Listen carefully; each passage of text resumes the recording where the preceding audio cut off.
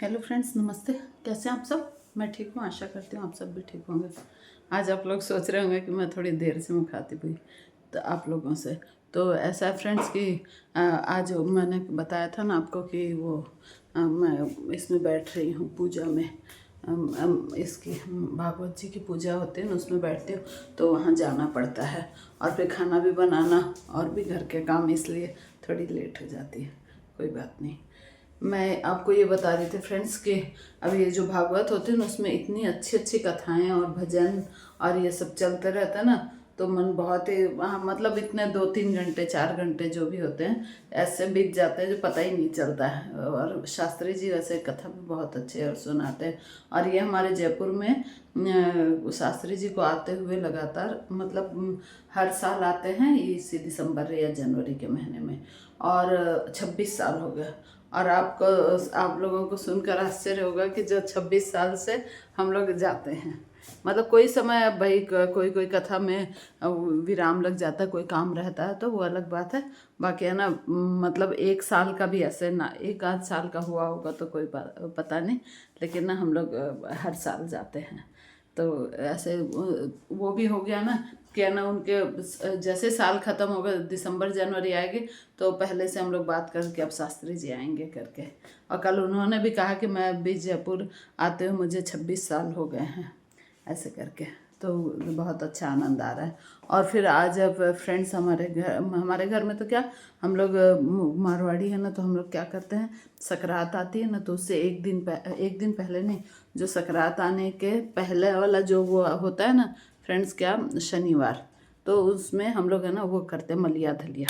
उसका मतलब ये रहता है कि क्या बोलते हैं ना, ये बेसन का वो बनाते हैं, क्या पकौड़ी, बेसन की पकौड़ी। और इसका आटे में चीनी डाल के गुलगुला, तो पकौड़ी और गुलगुला उनको भी देते हैं, शनि महाराज को और इनको कुत्ते को।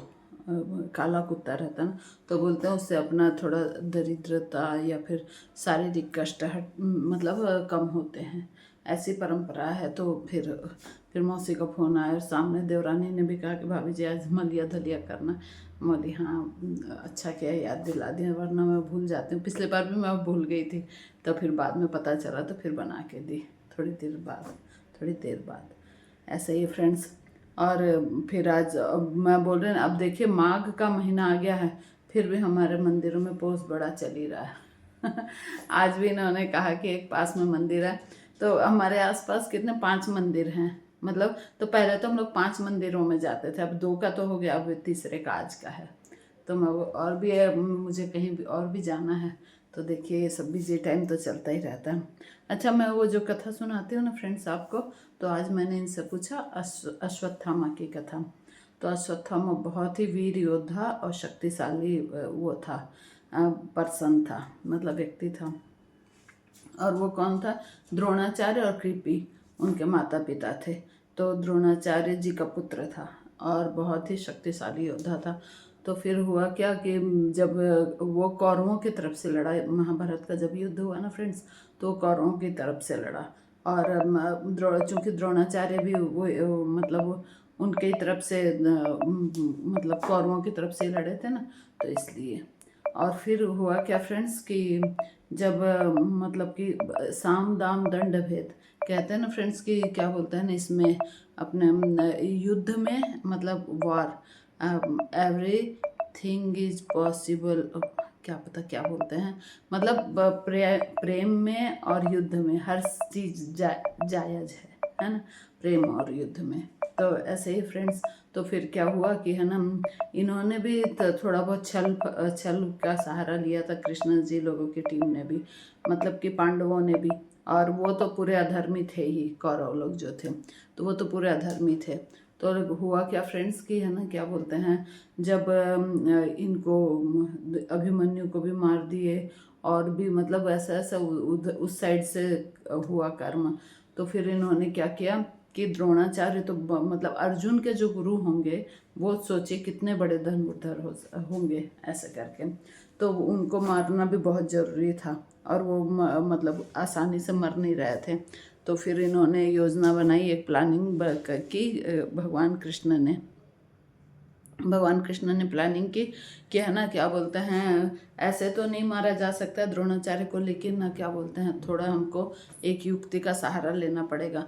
तो उन्होंने क्या प्लानिंग बनाई कि है ना, एक हाथी था, है ना, अश्वत्थामा इनका पुत्र था, और एक हाथी था, हाथी का नाम भी था अश्वत्थामा, है ना। तो फिर ऐसे करके कि उसको सब मतलब कि हाथी मारा गया था, अश्वत्थामा हाथी। तो भीम ने जोर से चिल्लाया, अश्वत्थामा हतो, अश्वत्थामा हतो, मतलब अश्वत्थामा मारा गया। और फिर सारी सेना चिल्लाने लग गई। तो क्या बोलते हैं, वो द्रोणाचार्य को बहुत मतलब दुख हुआ, शोक हुआ कि भाई मेरा बेटा मारा गया ऐसे करके। तो फिर उनको विश्वास नहीं आया। तो उन्होंने बोला मैं किसी की बात पर विश्वास नहीं करूँगा। लेकिन युधिष्ठिर मतलब सत्य के वो थे, मतलब प्रतिष्ठित तो थे कि भाई वो कभी झूठ नहीं बोलते हैं युधिष्ठिर जी। तो उन्होंने युधिष्ठिर से पूछा, तो कृष्ण जी ने वो बोले, युधिष्ठिर के नहीं, मैं तो झूठ नहीं बोल सकता। तो कृष्ण जी ने कहा कि आपको झूठ बोलने को किसने कहा, आप थोड़ा सा युक्ति से बोलो। तो फिर वो बोले युधिष्ठिर क्या अश्वत्थामा मर गया? तो उन्होंने कहा, अश्वत्थामा हतो नरो वा कुंजरो, ऐसे करके, मतलब अश्वत्थामा मरा तो है, अब मतलब उसका मतलब यही था। तो कि भाई अब नर मरा है या हाथी मरा है, मतलब वो बात धीरे से बोल दी उन्होंने, और ये बात जोर से बोला कि हाँ अश्वत्थामा मरा है, ऐसे करके। तो फिर युद्ध में देखिए कैसे टेक्निक से काम लेते हैं ये लोग कि भाई मतलब, और भगवान को भी छल बल का सहारा लेना पड़ा। इसीलिए बोलते हैं ना कि कृष्ण अवतार परिपूर्णतम अवतार है। फिर आते हैं अपन अश्वत्थामा की कहानी के ऊपर। अश्वत्थामा का नाम इसलिए रखा गया कि वो जब पैदा हुए थे फ्रेंड्स, तो उसने घोड़े की तरह आवाज़ निकाली थी, जैसे घोड़ा हिनहिनाता है ना, तो उस टाइप की आवाज़ निकली थी उनके पैदा होते। तो फिर उनका नाम अश्वत्थामा रखा गया था। और फिर बाद में फिर द्रोणाचार्य जी उनकी मृत्यु का समाचार सुन के बहुत दुखी और बहुत परेशान हुए, और फिर रथ से उतरकर नीचे आके बैठ गए ज़मीन पर। और फिर कौरवों ने, मतलब उनके भीम ने या फिर किसी ने, तो फिर उनकी गर्दन काट दी। और जब पता चला इनको, किनको, अश्वत्थामा को, कि मेरे पिता वीरगति को प्राप्त हुए और मेरे पिता को इस तरीके से मारा गया, तो उनको बहुत क्रोध आया फ्रेंड्स। तो उन्होंने क्या निश्चय किया कि मतलब सारे पांडव कुल का नाश करूँगा, ऐसे करके विनाश का उन्होंने वो किया। और फिर रात को सोते समय उन्होंने उप पांडवों को, जो मैंने बताया था ना आपको कि वो द्रौपदी के पुत्र थे, 5 पुत्र, और वो उप पांडव कहलाए गए। तो सोचिए, मतलब मासूम बालकों को और है ना सोते हुए पांचों को मार दिया। और फिर भी वो नहीं रुका। फिर उसने क्या किया कि उत्तरा, अभिमन्यु की पत्नी थी उत्तरा, और अभिमन्यु तो पहले ही वीरगति को प्राप्त हो चुका था। और फिर जो उनकी पत्नी के गर्भ में जो बच्चा था, राजा परीक्षित, तो वो जो बच्चा था, तो वो उसने ये प्रण रखा कि मतलब पांडवों के पूरे कुल का नाश करूंगा। तो वो उत्तरा के गर्भ में उसने ब्रह्मास्त्र का प्रहार किया, ब्रह्मास्त्र जो कभी भी असफल नहीं होता। लेकिन उस समय भगवान कृष्ण की लीला देखिए, उन्होंने गर्भ में प्रवेश करके और फिर उसके मतलब प्रभाव को, मतलब ब्रह्मास्त्र के प्रभाव को प्रभावहीन कर दिया। और फिर उनको ज़्यादा मतलब गर्भस्थ शिशु को ज़्यादा तकलीफ नहीं हुई। और फिर इधर अश्वत्थामा के ऊपर ना बहुत क्रोधित हुए। और एक और खासियत थी फ्रेंड्स अश्वत्थामा की, कि वो उन्होंने शिव जी की तपस्या करके और एक मणि प्राप्त की थी। कौन सी मणि, समंतक मणि नहीं, उस मणि का तो कुछ और नाम होगा। तो एक मणि प्राप्त की थी जो उनके माथे पे लगी रहती थी हमेशा, किसके, अश्वत्थामा के। और उससे उनको भूख प्यास नहीं लगती थी, और वो हमेशा मतलब चिरंजीवी बने रहते थे, मतलब कि ताकतवर बने रहते थे ऐसे ही।